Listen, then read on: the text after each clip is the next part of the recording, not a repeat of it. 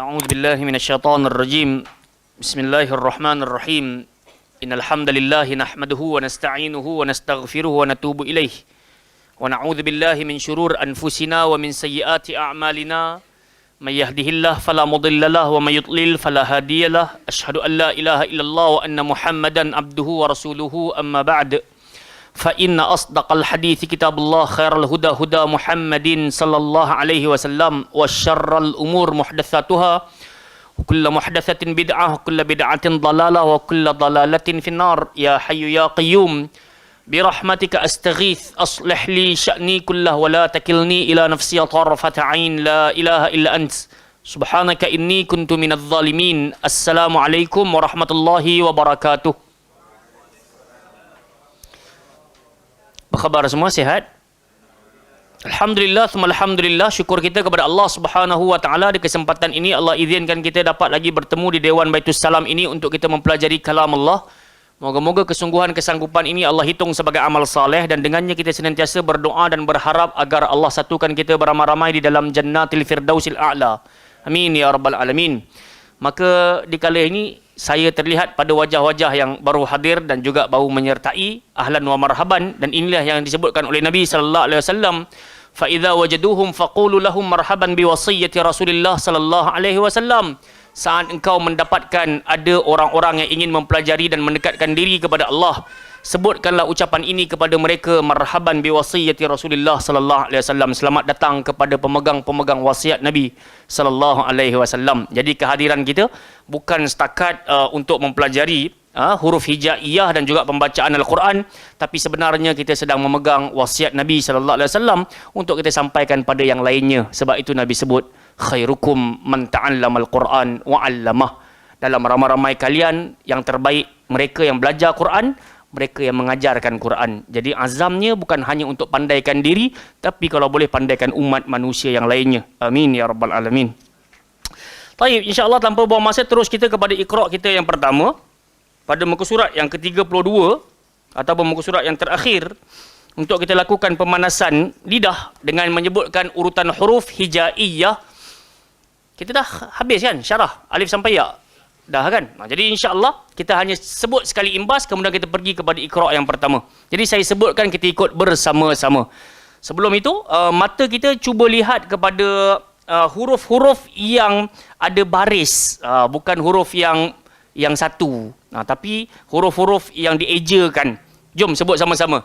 Alif, ba, ta, tha, jim, ha, kha, dal, zal, ra, zai, sin, shin, sad, dad, ta, dha, ain, ghain, fa, qaf, kaf, lam, mim, nun, waw, ha, hamzah, ya. Baik, jadi alif sampai ya dipanggil huruf hijaiyah, dan seringkali kita bahaskan daripada tahun-tahun yang sudah, dia terpecah kepada dua bahagian, huruf tebal dan huruf nipis. Huruf tebal dipanggil huruf isti'la, adapun huruf nipis dipanggil huruf istifal, huruf yang rendah. Jadinya kita kena ingat apakah huruf yang tebal dan juga apakah huruf yang nipis. Maka jalan untuk mengingatinya, hafallah huruf-huruf yang tebal. Maka baki daripada selain daripada huruf-huruf tebal itu, pastilah huruf yang nipis. Jadi huruf yang tebal yang pertama boleh bulatkan, ataupun kalau siapa dah tanda bagus, masya-Allah. Huruf yang pertama adalah huruf kha. Sebut-sebut. Saya selalu sebut dalam pembacaan Al-Quran, benda yang paling utama bukan pada merdunya suara. Akan tetapi jika kita pastikan makhraj dan juga sifat huruf betul, maka bacaan Quran kita, kalaulah suara kita tak sedap sekalipun, kalau dua benda ni terjaga, maka bacaan jadi sempurna. Apa yang pertama bawaan tadi? Makhraj. Maksud makhraj, Abang Farid? Tempat keluar. Dan yang kedua, Sifat tu sama ada tebal ataupun nipis, kena dengung ke, tak payah dengung ke, kena berdesir ke, tak payah berdesir ke. Itu dipanggil sifat huruf. Baik, jadinya huruf pertama huruf kha, kita kena sedar dan tahu kha tidak melibatkan bibir. Jadi kita tak berhajat kepada kha. Bukan begitu cara sebut kha. Sebab tu kita kena tahu tempat keluar kha dekat batang tekak paling atas. Jadi once kita sebut, kita kena tebalkan dia. Contohnya, bila kita bariskan atas, bunyi dia akan jadi kha. Sebut-sebut. Jadi kita tak payahlah sampai nak muncung kha, tak berhajat begitu. Sekali lagi, kha. Kemudian huruf yang kedua, sad. Bariskan atas, sa. Sa. Macam mana nak sebut huruf sad, Iti? Macam mana? Tempat keluar dia di mana? Hujung lidah, langgar belakang gigi bawah, dan sifat dia berdesir. Dalam waktu yang sama kita kena gemukkan dia. Sa. Kalau kita tak tebalkan dia, dia akan jadi sin. Sa. So tak nak sa, kita nak sa. Pun tidak berhajat kepada bibir, jadi tak berhajatlah kepada so. Tak nak macam tu. Sa. Yang ketiga, do. Macam mana nak sebut dot, Syam? Lidah apa? Lidah yang bahagian mana? Dia kena semua. Seluruh lidah. Dia langgar bahagian gigi atas dan lidah membentuk bagaikan sudu. Dan bila dia turun tu, dia kena terbaik. Do. Do. So tak perlu talhah, jangan do. Do. Lidah sahaja. Nampak tak? Lidah aja buat kerja. Jadi dia tidak melibatkan bibir. Tak payahlah kita baca waladol. Tak betul lah. Sebab tempat keluar dia bukan bibir. Waladolin.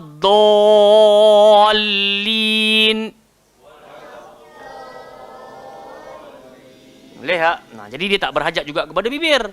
Sebab alif sampai ya ni cuma 2 huruf sahaja yang melibatkan bibir. Waw dengan nun. Hak lain tak payah muncung. Boleh tak? Azan dah, Masya Allah, laju betul.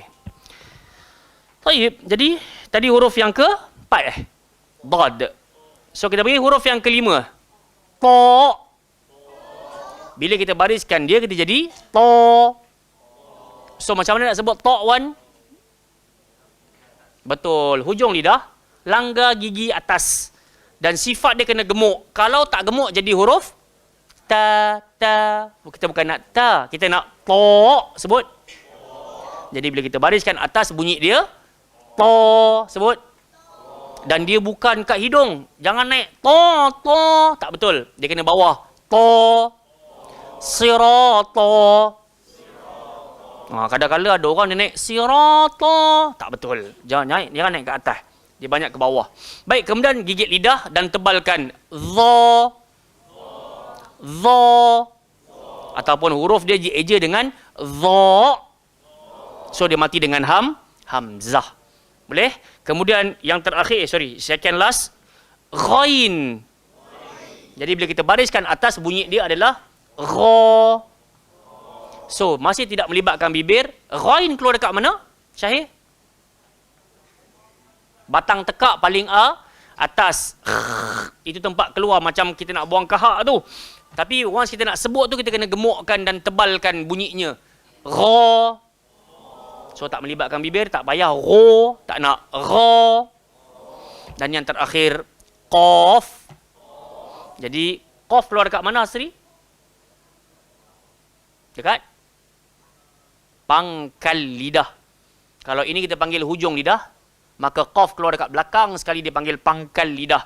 So kita kena bunyikan aqa, iqa, uqa. Sebut. So kita tahulah tempat keluar qa, itulah qaf. Cuma masa nak sebut tu dia kena kebal. Qa. So jangan ko, tak nak. Qa. Pasal dia keluar dekat pangkal lidah. Dan kita kena tebalkan dia lah. Kalau tak tebal nanti jadi huruf kaf yang kita bulatkan mulut jadi ko. Tak betul. So dia kena ada rasa qa. Okey, barakallahu fiik. Jadi alif sampai ya kita dah bahas. Jom kita pergi kepada Iqra kita muka surat yang pertama. Tak baca lagi kan? So malam ni kita masuklah Iqra 1 muka surat 1. So selalu saya ingatkan dan berpesan, kita datang ke kelas tahsin qiraatul Quran tak lain tak bukan nak tunjukkan kesalahan. Kalau kita datang nak bagi tahu kita dah pandai, makanya ini bukan tempatnya. Jadi setiap di kalangan kita kena buang ego dalam diri dan jangan rasa ini pelajaran budak sekolah rendah ni, ini pelajaran budak tadika ni. La, sebab Quran berguna sepanjang zaman sampai kita wafat. Jadi tak ada malu apa pun kalau kita belajar alif ba ta balik. Jom sebut sama-sama. Kata pengarang kitab, baca terus a, ba dan seterusnya. Tidak perlu dieja, baca dengan pendek. Jadi kita sebut sama-sama. Aba, ba-aba, aba'a, ba'a, a'aba, baba'a, ababa, ba'aba, aba'a, a'a'a, bababa, aba, aba, aba. Baik. Saya ulang sekali lagi, Iqra 1, Iqra 2, Iqra 3. Tak cerita pasal senang ataupun susah, pasal dia memang senang. Faham? Iqra 1, Iqra 2, Iqra 3 tak cerita pasal senang ataupun susah, pasal semua senang. Tapi yang susah dan sulitnya, macam mana nak sebut hamzah, macam mana nak sebut ba yang baru kita belajar ni. Kalau kena tempat dia betul, barulah kita kata senang dan betul. Tapi kalau setakat bajet senang, ramai orang masih lagi salah. Jadi hamzah keluar dekat mana? Keluar dekat mana? Keluar dekat mana, Syam? Batang tekak hak paling bawah. Jadi hamzah ni ramai orang suka naik ke atas. Illal ladzina tak betul dah. So dia kena duduk bawah ni sebenarnya. Sebab tu kita kena buang ego dan kita kena belajarlah sebut So jangan time baca Quran kita ikut emosi. Nanti kita baca illal ladzina amanu wa amilus solihat. Memang sedap. Tapi kita dengar tu, kita ni bahagian cari salah orang. Jadi kita dengar, aduh. Hafal Quran memang hafal ya, tapi masalah bila bajet bagus, bila bajet rasa dah betul semua, jadi masalah. Jadi hamzah keluar dekat bawah. Sama macam huruf ba. Ba keluar melibatkan dua bibir. Selalu saya sebut, kalau kita tak ada bibir bawah boleh sebut tak ba izat? Macam nak sebut? Tak boleh letak. So bila Allah bagi dua bibir, syukurlah dapat juga sebut ba ba ba. Dan sifat ba, huruf tebal ke huruf nipis? Nipis lah, jadi tak boleh lah baca obo. Melainkan memang Allah takdirkan suara kita memang bass panjang waktu. Nak gimana tu? Memang macam tu. Jom minum. Memang bass saja. So dia akan baca obo. Dia kata gitu. Tapi kita ni yang memang lagi pula kita orang Melayu kan. Allah bagi kita boleh nak buat suara tiga, suara harmoni, suara bass. Jadi once kita baca ni, kita tak berhajat kepada setiap waktu nak kena bass saja. So, jaga suara dan lontarkan dengan kita kawal. Jangan pula kita kata walaupun dia bukan tebal, tapi kita nak lepas dia habis-habis abawan. Aba. Tak boleh juga. So, nak kena kawal. Aba. Cuba sebut. So begitu bentuk kawalannya. Jelas? Jadi ini huruf pertama dan huruf kedua. Senanglah Ustaz. Memanglah senang. Saya tak kata susah. Cuma kena kawal bunyi dia. Aba. Jangan jadi abo. Ataupun aba. Tak betul. Ataupun abo. Tak betul. So kena kawal. Hamzah keluar dekat sini. Simpan dalam memori. Ba keluar dekat bibir. Aba. Ramai-ramai baca daripada atas aba sampailah habis. 1, 2, 3. Aba. Ba-aba. Aba'a, ba'a, a'aba, baba'a, ababa, ba'aba, aba'a, a'a'a, bababa, aba. So dia kata jangan baca panjang. Tak boleh kita baca aba. Tak boleh gitu. So kena laju. Senang ke susah? Senang, alhamdulillah. Buka muka surat sebelah. Baca terus abata dan seterusnya tak perlu dieja, baca dengan pendek. Jadi sebab itu Kalaulah ada di kalangan kita tertanya-tanya, kenapa daripada kita dapat buku ni kita tak start dengan Iqra' satu? Penting kita kenal siapa dia dulu alif sampai ya. Once kita dah tahu benda tadi, mana tebal, mana nipis, sekarang kita nak sebut dah tak leceh dah. Kalau tak nanti orang tak kenal. Ni huruf apa? Tiba-tiba bunyi ba je. Tiba-tiba bunyi ta je. Nah, itu yang berlaku kepada sebahagian budak sekolah rendah. Bila suruh baca awal Baqarah, Bismillahirrahmanirrahim, alama. Pasal dia tak kenal tu alif, dia tak kenal tu lam, dia tak kenal tu mim. Sebab pengarang kita, dia kata terus baca jangan eja. Faham tak? Jadi itu isu dia. Sebab tu kita patah balik muka surat 32. Sebahagian orang kata, oi tiba-tiba je dah. Muka surat last, biar kita kenal dulu. Baik, sebut sama-sama. Bata, ataba, taba'a, ta'ata, abata, bata'a, ataba, ta'ata, ba'ata, ataba, tata'a, abata, abata.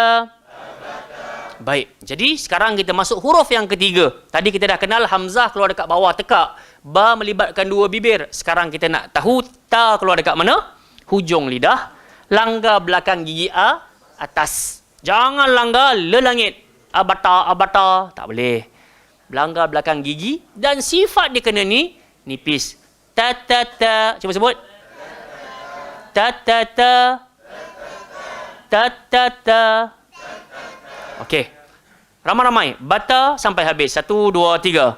Bata, ataba, taba'a, ta'ata, abata, bata'a, ataba, ta'ata,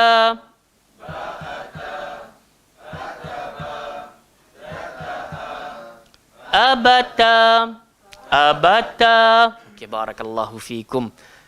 So, sekarang ni kita dapatlah malam hari ni 3 huruf. Dari mana dia keluar, macam mana bunyi sebutannya. Jadi kita tak berhajat kepada nak panjang-panjang, cepat-cepat nak khatam, cepat-cepat nak habis. Saya berharap at least 3 huruf ni tolong simpan dalam memori. Hamzah keluar dekat bawah tekak, ba melibatkan bibir, ta hujung lidah langgar belakang gigi atas dan kena baca ni nipis. Jangan to, tak boleh. Abata, lembut. So once kita baca Al-Fatihah kan ada an'am ta. So siratal ladzina an'amta. Cuba sebut. Okey, bagus. Bila kita fokus dekat ta, yang lain jangan culas. Tadi saya dengar anna, amma. So hati-hati jangan ada lantunan kecil. An'amta. Memang kita fokus dekat ta tu, tapi an tu tak payahlah, anna. Hati-hati. Boleh? Tutup kita punya buku. Iqra. Dan kita sambung pada bacaan Al-Quran. Kita waktu mencemburui. Masya-Allah. Ramai bersemangat di awal-awal ni. Jadi kita berharap semoga semangatnya sampailah pengakhiran. Amin ya rabbal alamin. Baik. Syahir kata kita pada muka surat 78 ayat bawah kali. Ayat bawah sekali. Ayat 11.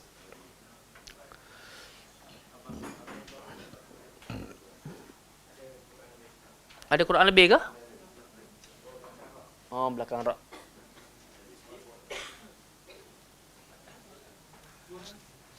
Depan ni. Oh, yang ni tak sama lah kot. Nak sama lagu ni. Tak ada terjemahan. Oh, ni banyak lagi. Banyak lagi itu kata.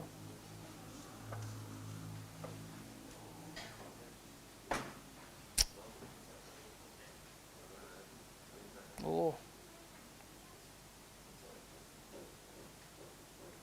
Baik, jumpa dah semua insya-Allah. Jom kita baca Al-Quran ini bersama-sama.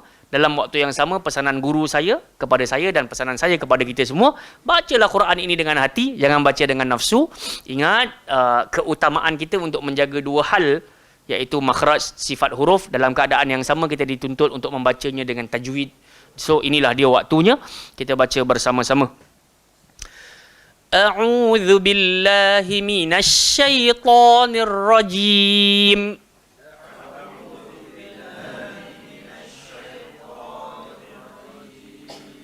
Yusikumullahu fi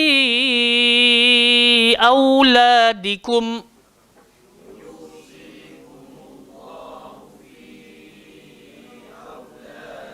Ada tak jumpa lagi? Muka surat 78 bawah sekali. Ayat yang ke-11. Ustaz. Jumpa tak? Kan? Awal surah Nisa tu kan? Betul? Ayat last sekali. Sekali lagi. Yusikumullahu fi auladikum.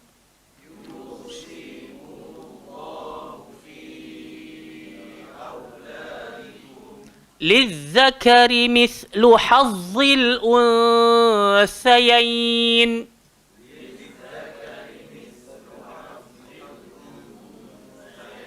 Dalam ayat ini, tiga-tiga huruf kena gigit lidah tu ada. Huruf sa, huruf zal, huruf dha. Oh, jadi kita kena training kat sini. Tengok. Lizzakari. Lizzakari. Mithlu. Hazzi. Tiga-tiga kena gigit lidah. Kalau tak gigit huruf sa jadi huruf sin. Huruf zal kalau tak gigit jadi huruf zai. Huruf dha kalau tak gigit jadi huruf zai. Tinggal lagi kita gemukkan je zo. Salah. Hazzi. Lizzakari mithlu hazzil unthayain.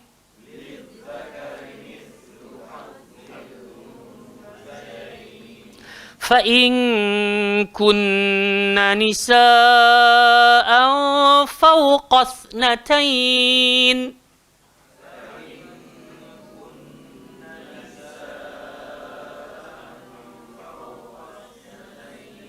فَلَهُنَّ ثُلُثَا مَا تَرَكَ.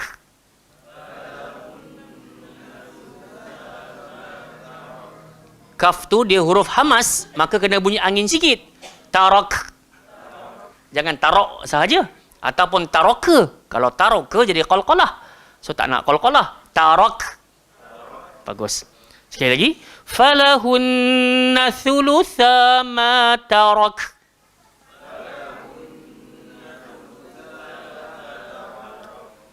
Wa in kanat wahidatan falahan nisf.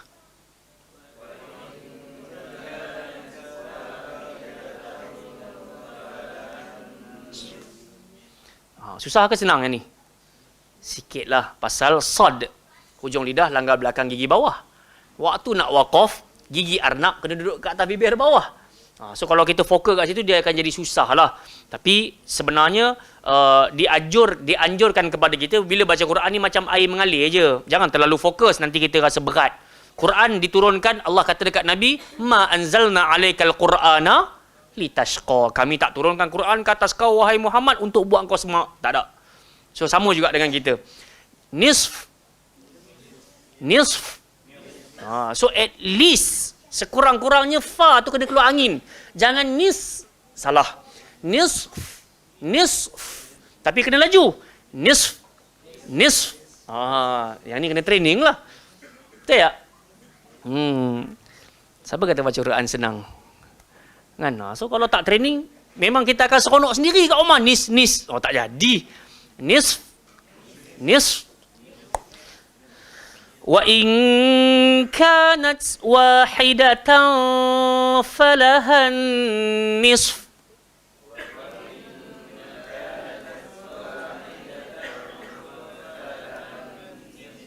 Jadi wahidatan, letak gigi arnab atas bibir ba. Wahidatan falaha. Sebut. Jangan tak letak siap-siap. Okey.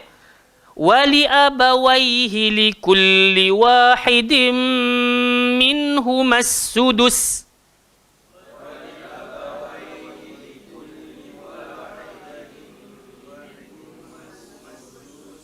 Mimma taraka in kana lahu walad.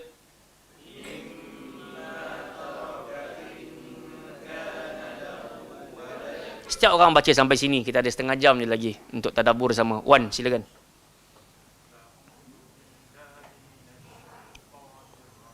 Hati-hati, kita dah sebut tadi syaitan, bawah. Barakallahu fiik. Bagus. Okey, waw. Waw. Sebelum dia ya pula berbaris depan, memang berhajat pada mun. You bagi hak dia. Jangan you. Pasal tak muncung pun dia akan bunyi. You si kum, mesti dia bunyi. Tapi kita nak kesempurnaan bacaan, muncunglah. Iyyaka na'budu. Yusi. Okey Wan, silakan. Nisa'an. Sama juga. Tanwin bertemu fa, simpan dalam memori, gigi arnab terus duduk atas bibir bawah. Nisa'an fawqas natain. Bagus. Pada lafaz taraka. Tengok. Taraka. Okey. Jangan kita taro. Tak betul. Ingat. Ra. Hujung lidah cuma langgar di langit atas. Bibir tak buat kerja. Taraka. Mimma taraka in kana lahu walad. Sebut.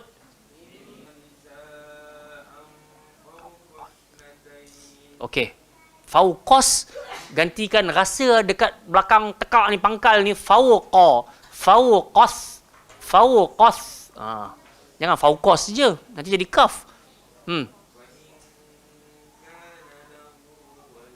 Barakallahu fiik. Cuma tadi pada fauqas natain tu. Fauqas.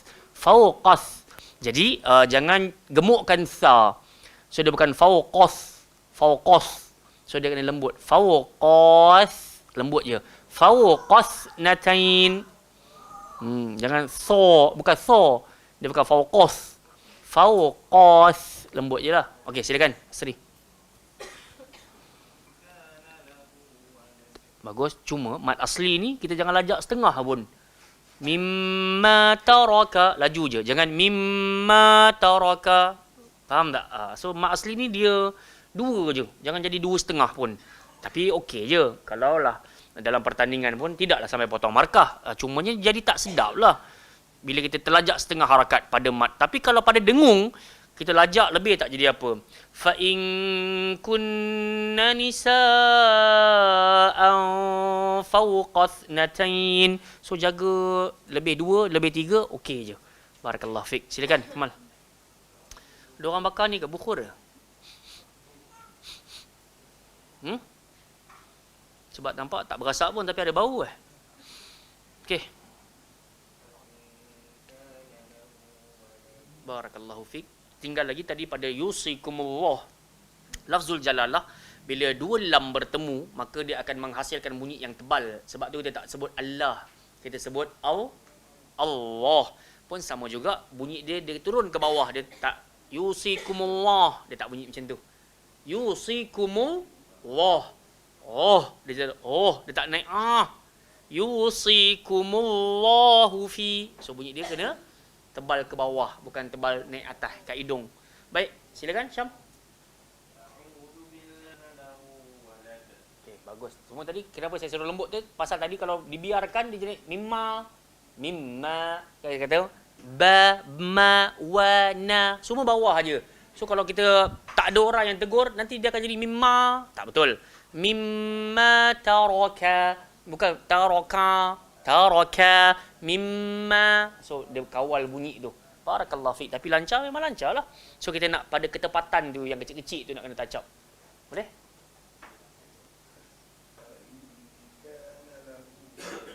Barakallahu fiikum. Terima kasih atas keberanian nak memperdengarkan bacaan. Cuma dia begitu. Tiba-tiba sampai pada ayat yang dah panjang, dah susah sikit. Sepatutnya ialah kalau daripada awal dulu memang kita mula dengan wadduha. Sampailah qul ya, qul a'udzu birabbin nas, baru kita naik Al-Fatihah, baru naik balik Al-Baqarah dan kita baru habis Ali Imran. Maka hari ini kita sambung di awal surah An-Nisa. Semua surah Nisa ni dia memang banyak ayat berbelit-belit sikit. Kan orang perempuan kan? Tak ada lah, bukanlah saja je kan. Tak ada lah contoh. Kan? Tapi memang susah nak faham. Jadi memang dekat sini dia ada ayat yang berbelit-belit sikit. So kalau mata kita tengok tu, memang otak ni dia kena bekerja lebih sikit. Macam ni lah, awak nak makan apa? Ikut awak lah. So ikut awak tu kita dah jadi blur dah. Contoh kan. So dekat sini memang kena nak buat kerja laju. Otak ni nak baru kita dapat sebutan yang tepat. Ala kulin, bagus. Berani mencuba dan juga membaca. Cuma insya-Allah, moga-moga dengan kesungguhan Allah bantu. Adab.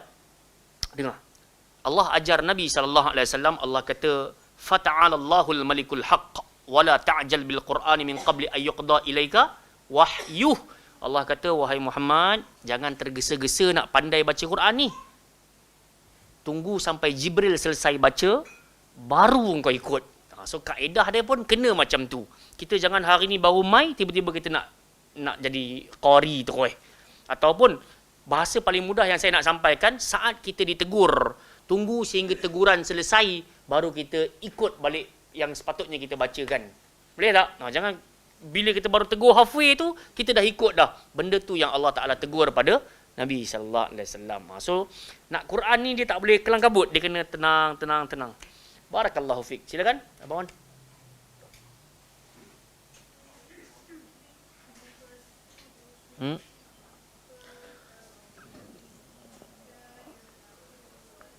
Okay, barakallahu fiqh. Semua orang dah baca dah. Hayyakumullah wa bayyakum. Jadi insya-Allah kita tadabbur. Cumanya saya memang tidak mahir bahagian faraid. Memang nak kena tanya pada Ustaz Adli. Pada kesempatan-kesempatan yang mendatang. Cumanya kita cuma baca je lah apa yang Allah Ta'ala pesankan buat kita.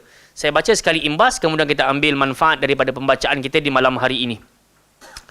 Yusikumullahu fi auladikum lizzakari mithlu hazzil unthayain.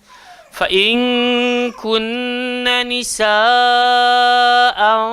فوق اثنتين فلهن ثلثا ما ترك وإن كانت واحدة فلها النصف ولأبويه لكل واحد منهما السدس مما ترك إن كان له ولد.